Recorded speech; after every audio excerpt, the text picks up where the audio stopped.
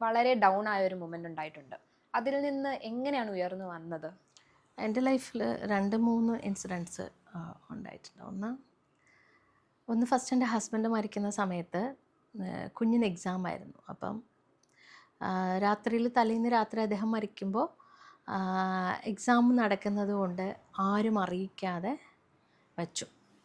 അപ്പോൾ ആ ഒരു രാത്രിയിൽ മുതൽ പിറ്റേ ദിവസം പരീക്ഷ തീരുന്ന സമയം വരെ നമ്മളിത് കാണിക്കാതെ നിൽക്കേണ്ട ഒരു സിറ്റുവേഷൻ എന്ന് പറയുന്നത് സത്യം, അത് ഭയങ്കര അത് പറഞ്ഞറിയിക്കാൻ പറ്റാത്ത, ആർക്കും പറഞ്ഞറിയിക്കാൻ പറ്റില്ല.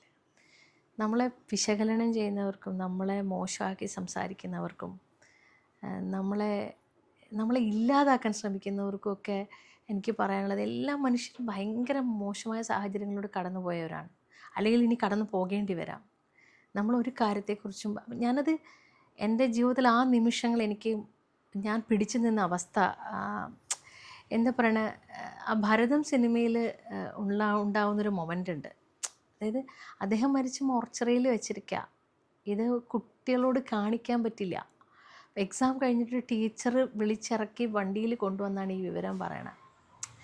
അതുവരെ എൻ്റെ മുഖഭാവത്തിൽ നിന്നോ എൻ്റെ സംസാരത്തിൽ നിന്നോ ഒരു ശതമാനം പോലും അവർക്ക് ഡൗട്ട് വരാതെ പെരുമാറുക എന്ന് പറയുന്നത് സ്ക്രീനിന് മുന്നിൽ, ക്യാമറയ്ക്ക് മുന്നിൽ അഭിനയിക്കുന്ന പോലെ അല്ല.